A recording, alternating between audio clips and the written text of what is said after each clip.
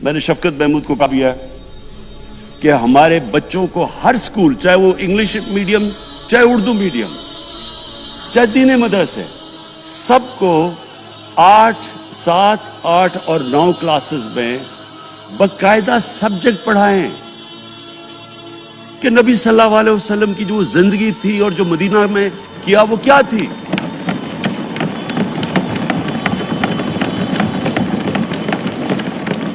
تاکہ ان کو پتہ چلے کہ اس ملک کا مقصد کیا تھا.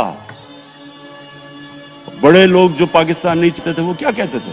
وہ کہتے تھے کہ پاکستان تو بن گیا تو آپ نے تباہ، جو مسلمان ہندوستان میں رہ گئے ان کو آپ نے سیکنڈ کلاس سٹیزن بنا کے چھوڑ دیا. آج بیچارے مسلمانوں سے کیا ہو رہا ہے وہاں؟ تو وہ لوگ کہتے ہیں کہ اگر پاکستان نہ بنتا تو مسلمانوں کی زیادہ طاقت ہونی تھی.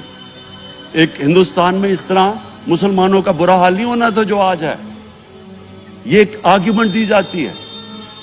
اور اگر ہم پاکستان کو جس مقصد کے لیے بنا تھا اگر ہم ادھر نہیں لے کے جائیں گے تو وہ ٹھیک کہہ رہے ہیں.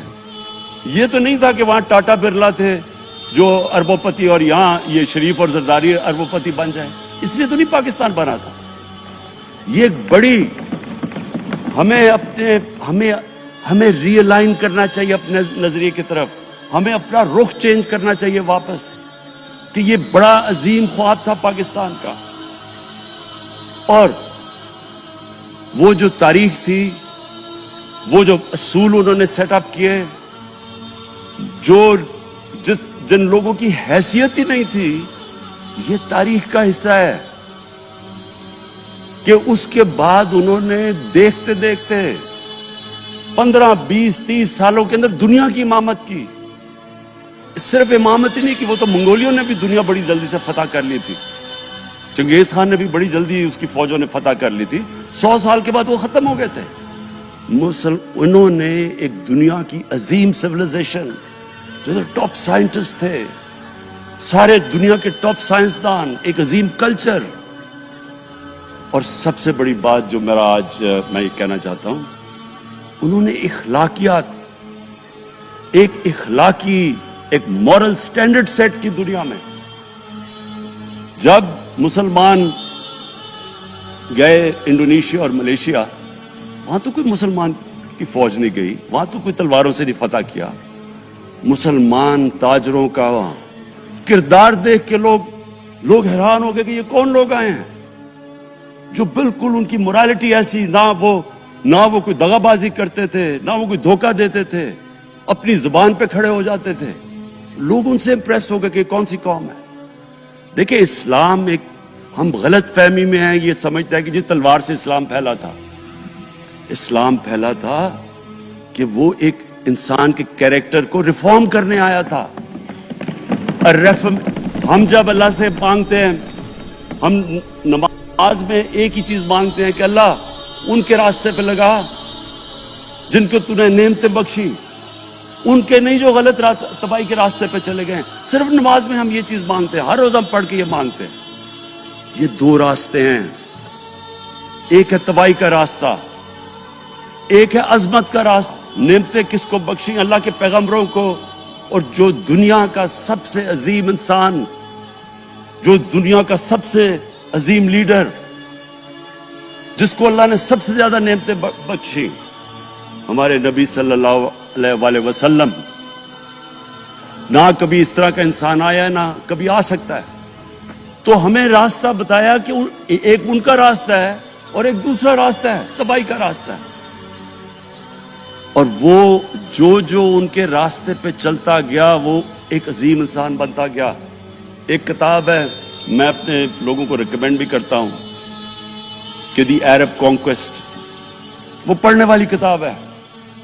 اس میں بتاتے ہیں کہ جب مسلمان ایک دم دیکھتے دیکھتے دنیا میں پھیل گئے تو کوئی ایک آدمی نہیں تھا. ایک تو بڑے عظیم سپہ سالار تھا خالد بن ولید، لیکن وہ جو بھی بنتا تھا وہ جنرل عظیم بن جاتا تھا. وہ اس کتاب کے اندر لکھی انگریز نے ہے. وہ کہتے ہیں اس کی کوئی ایکسپلینیشن نہیں ہے کہ یہ کیسے ساری دنیا پہ چھا گئے. نہ ان کے پاس کوئی لیٹسٹ ویپنز تھے، ایک طرف رومنز تھے، دوسری طرف پرشینز تھے، وہ تو سپر پاورز تھے. ہتھیار تو ان کے پاس تھے، نہ ان کے پاس ہتھیار.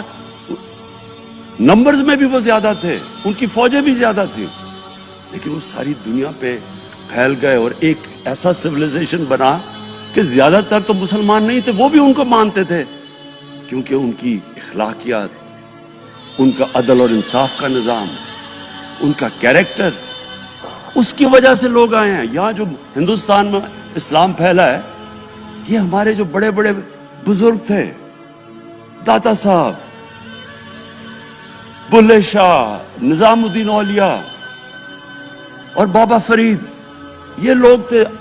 ان کو لوگ دیکھ کے, ان کے کردار سے, ان کے انٹلیکٹ, انسانیت سے لوگ مسلمان ہوئے.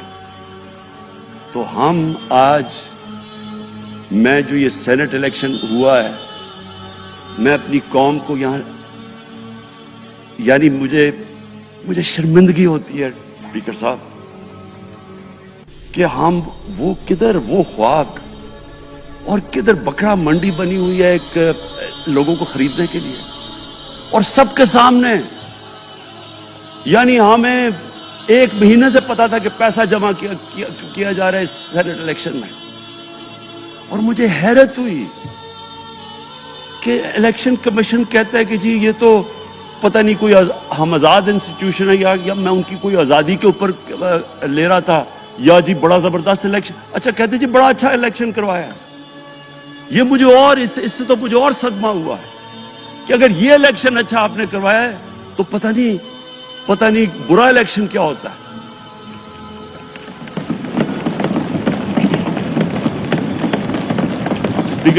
اسپیکر صاحب, یہ دیکھیں, مجھے یہ افسوس یہ ہوتا ہے کہ ہم ایک چیز سمجھتے نہیں ہیں. ہم کہتے ہیں نا جی ہمارے معاشی حالات بہت برے ہیں. دیکھیں جی ہماری ڈیفیسٹ تھے, یہ ہمارے کرنٹ اکاؤنٹ, یہ جو بھی ہم کہتے ہیں قرضے چڑھے ہوئے ہیں. یہ جو قرضے چڑھے ہوئے ہیں یہ ایک بیماری کے سمٹمز ہیں. بیماری کچھ اور ہے. اخلاقی طور پہ ہماری قوم کو تباہ کیا ہے, پھر معاشی تباہی آتی ہے. آج مجھے ایک ملک کا بتا دیں جس کی اخلاقیات اوپر ہو, جن کے مورل سٹینڈرڈز اوپر ہوں اور وہ غریب ہو. ایک ملک مجھے بتا دیں, اور کوئی ملک مجھے بتا دیں جتنا مرضی پیسہ ہو, وسائل ہو, سب کچھ ہو, لیکن وہاں کی بھی جو لیڈرشپ کرپٹ ہو, وہ مجھے بتا دیں کہ اس میں خوشحالی ہو. دیکھیں یہ ساتھ ساتھ جاتا ہے. اس وقت کیا ہوا تھا مدینہ کی ریاست میں, کیا انہیں کوئی سونا تیل مل گیا تھا, کیا ہوا تھا کہ ان کے پاس کوئی پیسے آ گئے تھے؟ کیسے وہ اوپر اٹھ گئے تھے؟ کوئی انہوں نے قرضے لیے تھے, کس طرح اٹھے تھے اوپر؟ دنیا کے عظیم لیڈر نے ان کی اخلاقیات اٹھا دی تھی. صادق اور امین,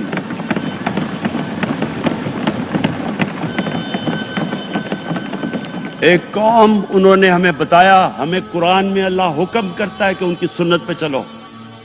اللہ جب ہمیں کہتا ہے ان کی سنت پہ چلو, کیا ہم اللہ کو کوئی فائدہ پہنچا سکتے ہیں؟ ہماری بہتری کے لیے کہتا ہے. قرآن شریف میں سب کچھ ہماری بہتری کے لیے اللہ نے, یہ تمہارے لیے بک آف گائیڈنس ہے ہمیشہ کے لیے, اور یہ ہماری بہتری کے لیے ہے. تو وہ جب ہمیں کہتا ہے کہ نبی صلی اللہ علیہ وسلم کے راستے پہ چلو, وہ ہماری بہتری کے لیے کہتا ہے. اور میں, جس نے اس عمر میں ساری دنیا دیکھ لی ہے, اسپیکر صاحب میں آپ کو بتاؤں, مجھے تکلیف ہوتی ہے دیکھ کے. جب میں یہ مغربی ملکوں میں جاتا ہوں, اسکینڈینیویا میں, سوئٹزرلینڈ میں, آپ وہاں کے اخلاقی سٹینڈرڈز دیکھیں, ان کی مورل سٹینڈنگز دیکھیں, شرم آئے گی آپ کو کہ جو ہمارے ملک میں ہو رہا ہے. اور یہ جو سینٹ کا الیکشن ہوا ہے, آپ کو افسوس ہوگا کہ ہم وہ کس کی امت ہیں, ہم کس کی امت ہیں, کس کے نام پہ پاکستان کا مطلب کیا, لا الہ الا اللہ, اس پہ یہ ہمارا ملک بنا تھا. اور آج دیکھیں ایک کرپٹ آدمی, دنیا میں ثابت کیا ہوا کرپٹ آدمی آصف زرداری, دنیا میں اس کے اوپر لکھا ہوا کہ مسٹر 10%, مضمون لکھے ہوئے ہیں, فلمیں بنی ہوئی ہیں اس کے اوپر. اور اس ملک میں لوگ کہیں جی ایک زرداری سب پہ بھاری, کیا کہ وہ رشوت دیتا ہے اس لیے سب پہ بھاری ہو گیا؟ کیا یہ ہے ہمارا ملک؟ دوسری طرف دیکھیں,